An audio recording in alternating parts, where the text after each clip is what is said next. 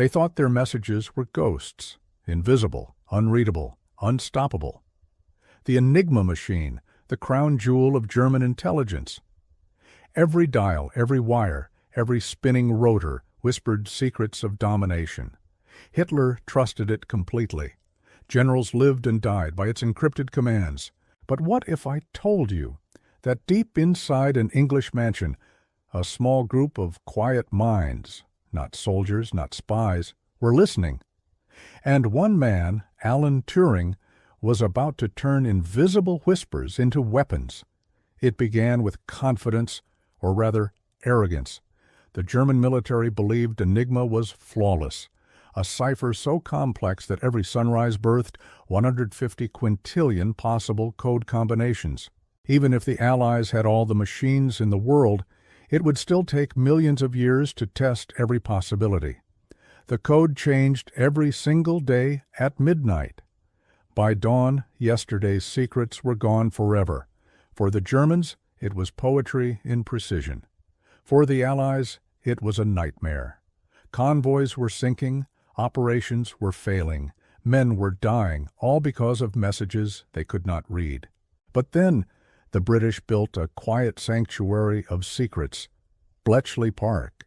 It looked like an ordinary country estate, but inside, rooms hummed with typewriters, logic, and coffee. Mathematicians, linguists, chess players, and one awkward genius worked around the clock.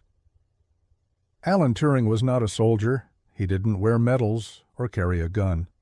But what he carried was far more powerful, an idea. He believed machines could think. And if machines could think, then maybe a machine could break another machine. And that's where the real war began. At Bletchley Park, Turing's idea sounded insane. A machine to break Enigma? The military brass didn't believe him. Even his colleagues doubted it. Enigma-S rotors changed positions with every letter typed. One press of a key could completely rewrite a message's entire meaning. No human could possibly keep up. But Turing didn't want humans to. He wanted logic to fight logic. He envisioned a mechanical mind that could test countless Enigma combinations faster than any person alive. Day and night he worked alone, scribbling equations, ignoring meals, lost in a storm of numbers. Then inspiration struck. He called his invention the bomb, a hulking, spinning monster of wires, switches, and clattering drums. It wasn't beautiful, but it thought. It could search for patterns, test guesses, and eliminate impossibilities, until truth revealed itself. Still, even with the bomb, it wasn't easy. Every German message was a race against time. If they didn't break it by midnight, the code would change, and all progress would be erased. Sometimes they failed by minutes. Sometimes entire nights of work vanished into silence. But every once in a while, they succeeded. A single decrypted message could mean the difference between life and death. A ship rerouted, a bombing avoided, a convoy saved. Turing's machine began to whisper the enemy's secrets back to them. The Germans never suspected a thing. They believed their Enigma was divine, until divine turned deadly. By 1942, Bletchley Park was no longer a quiet estate. It was the beating heart of an invisible war. Messages poured in by the thousands, each one a potential key to saving lives. Alan Turing's machines hummed endlessly, decoding not just words, but the rhythm of the German war machine itself. One decrypted line could change everything. U-boat fleet moving southwest. Those 6 words, barely noticed by the Germans, allowed the Allies to reroute their convoys and save thousands of sailors. The Atlantic, once ruled by German submarines, began to shift in the Allies' favor. Every decoded message turned into a silent strike. No bullets, no bombs, just pure intelligence. But the work came at a price. The cryptanalysts couldn't celebrate their victories, couldn't tell their families what they'd done. They worked in total secrecy, while their friends died at sea. Each breakthrough felt both glorious and devastating. Then came the biggest test of all. Operation Overlord, the invasion of Normandy.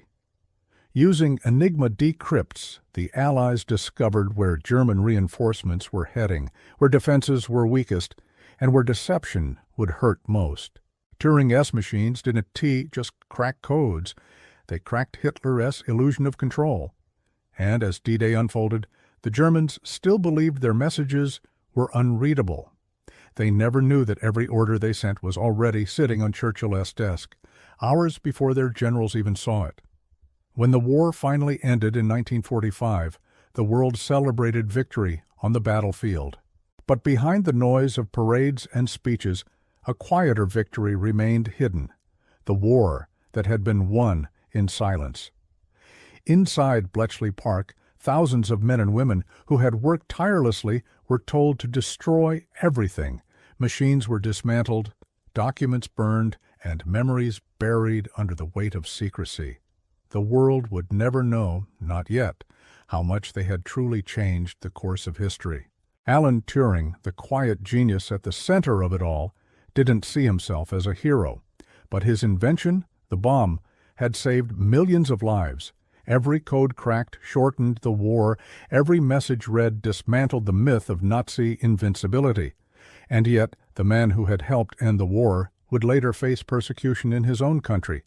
A cruel irony that history would take decades to recognize.